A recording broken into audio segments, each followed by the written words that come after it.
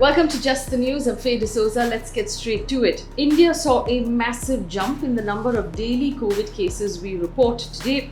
When we jumped from the average 2,200 we've been reporting over the last few days to 6,148 new reported deaths of COVID in the last 24 hours. Now, this is the highest number of deaths reported in one day in the country since the pandemic began. But the jump in the number of deaths reported came specifically from Bihar, that revised its toll on Wednesday, adding 3,951 previously uncounted deaths to its tally. According to the Indian Express, it is not clear right now what time period these deaths took place in Bihar. This is the first time the state has conducted a data cleaning exercise, so it's very likely also that some of the deaths that have been reported in the last 24 hours came in from as early as last year. States like Maharashtra, for example, according to the Indian Express, do this exercise fairly regularly, sometimes at the end of every month. Now, without Bihar's addition, the rest of the country has reported 2,197 deaths on Wednesday, and this is keeping in the trend of the decreasing number of death counts over the last couple of weeks. So far, 3,59,000 people have died of COVID in India in the course of the two waves, according to our official government numbers. The Ministry of Finance has proposed carrying out 24/7 COVID vaccinations in order to achieve herd immunity so the country can go back to work and regain its economic growth momentum. Now, in the monthly report published by the Department of Economic Affairs, which is part of the Ministry of Finance, it said the rapid vaccination is the only key to reviving investment and consumption cycles for the coming fiscal quarters. The report said, and I quote, "Herd immunity is accomplished when 80% of the population is immune or less susceptible to the infection. The key to regain momentum in economic recovery is to attain herd immunity as early as possible." Now, on last count, India has fully vaccinated with 2 doses 4.7 crore people in the country, and that's 3.3% of our population, which is a really small number. The report has said that if 70 crore people must be vaccinated by September this year, it is estimated that around 113 crore doses will be needed in order to conduct that vaccination. It's not clear just yet where all of those doses are going to come from. In Delhi, Aam Aadmi Party MLA Atishi Marrena has said Delhi will restart COVID vaccination for people between the ages of 18 to 44 after it received 1.25 lakh doses of Covishield and 20,000 doses of Covaxin. Ms. Marrena has said the second dose for those between 18 and 44 who were given Covaxin in their first dose is now available. Delhi had earlier halted its vaccination drive because of a shortage of vaccines. States announcing extensions of lockdown. Jharkhand has announced a complete lockdown from 5 p.m. on the 12th of June to 6 a.m. on the 14th of June. Essential services will operate. Telangana has extended its lockdown until the 19th of June. Curbs in Telangana will remain relaxed each day between 6 a.m. and 5 p.m. during the lockdown, the state cabinet has said. In other news, away from COVID, leading global higher education analyst Quacquarelli Simmons, or QS, has released its 18th edition of the most consulted international university rankings. The Indian Institute of Science in Bengaluru, the Indian Institutes of Technology in Bombay and Delhi remained the 3 universities from India to rank within the top 200 positions in the world.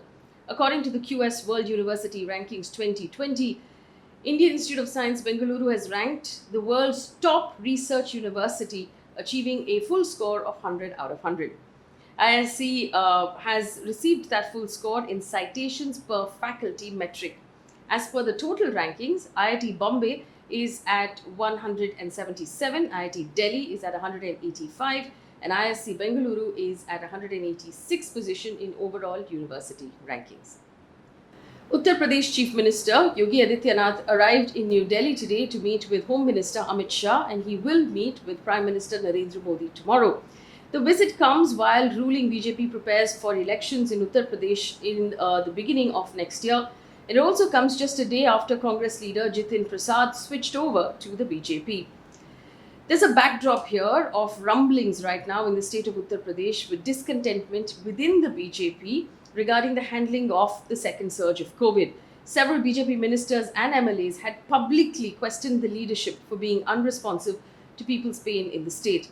On Sunday, BJP UP in charge Radha Mohan Singh refuted talks of a possible change in chief ministership or state leadership in the BJP. He also denied reports of a possible expansion of the cabinet and said there are vacant posts in the cabinet, but it is Chief Minister Adityanath's prerogative to fill them as he sees fit. The Indian Met Department has forecast heavy to very heavy rainfall in several parts of eastern and central India over the next few days. It has also noted that the southwest monsoon has advanced to the entire portion of central India, including Mumbai, that's received quite a lashing over the last few days, the Konkan region, South Gujarat and parts of Telangana and Andhra Pradesh. On now to news from the world of business and economy. Mehul Choksi, one of the prime accused in the 14,000 crore rupee PNB scam, has been declared a prohibited immigrant in Dominica. According to India Today, the order from the court in Dominica read, and I quote, "You, Mehul Choksi, are therefore not permitted to enter the Commonwealth of Dominica, and the Chief of Police has been instructed to take all necessary actions to have you repatriated." The assumption here is that he will be sent back to Antigua, the country of which he is currently a citizen.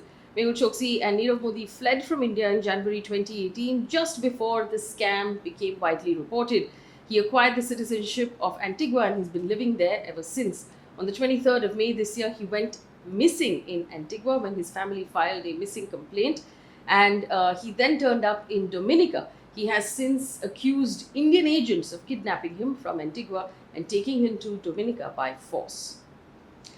According to a report in Reuters, R.S. Sharma, the head of the government's panel for managing COVID vaccination registration platform, has said that Paytm, Infosys and MakeMyTrip are among the companies seeking approval in India to provide online COVID vaccine bookings. The companies aim to make it easier for everyone to book vaccine slots.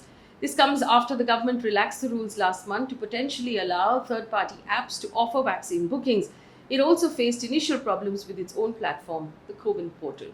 Of course, this still leaves us with the question of when the vaccines will be made available, because that was the main problem in the booking process, that there weren't enough vaccines to hand out. News now coming in from across the world.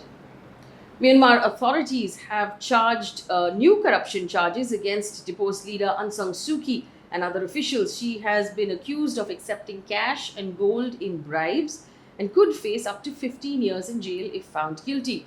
She also currently faces other charges that were brought out earlier. One allegation is about illegal imports of walkie-talkies and inciting public unrest. Suu Kyi has been held by the country's military since it seized power on the 1st of February. As of the 26th of May this year, 828 people have been killed by the military of the coup, and a total of 4,330 people are currently in jail for protesting. News now from the world of science and technology, and this one's interesting. NASA has apparently discovered a planet very similar to Neptune, 90 light years away from Earth. The planet has been named TOI 1231b. Sounds like someone's password. It's exciting, according to scientists, because it's very reminiscent of Neptune because of its atmosphere. It's 3.5 times the size of Earth, and its surface is warm at 57 degrees Celsius. Toasty, really. The planet orbits a smaller red dwarf star in an orbit that takes 24 days. The planet stays relatively cool despite its closeness to its star, but it's not habitable due to its size.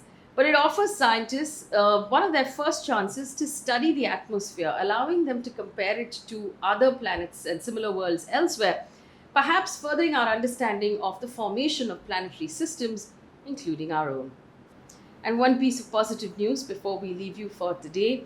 Mumbai-based innovator Santosh Hulavale has developed 3 robots to assist healthcare workers and patients during the pandemic. Now, these robots can deliver food and medicines to patients without any human intervention. They can also interact with patients vocally and physically to ensure they're entertained during the quarantine period. And they can carry weight of up to 200 kg. So they could carry patients from the ambulance into the hospital, and they could carry differently abled patients to the restroom and back. That brings us now to the end of the news. But one thing we must note, it has been several days since we've had to give you a trigger warning on any of the news, and that's a good sign. But if there's anything else we can do to improve this broadcast for you, do let us know. Leave us a comment. Remember to take a look at our YouTube page where we do in-depth discussions with experts on various subjects. Leave us some feedback as well and subscribe to our YouTube channel. Thank you so much for watching. Good night.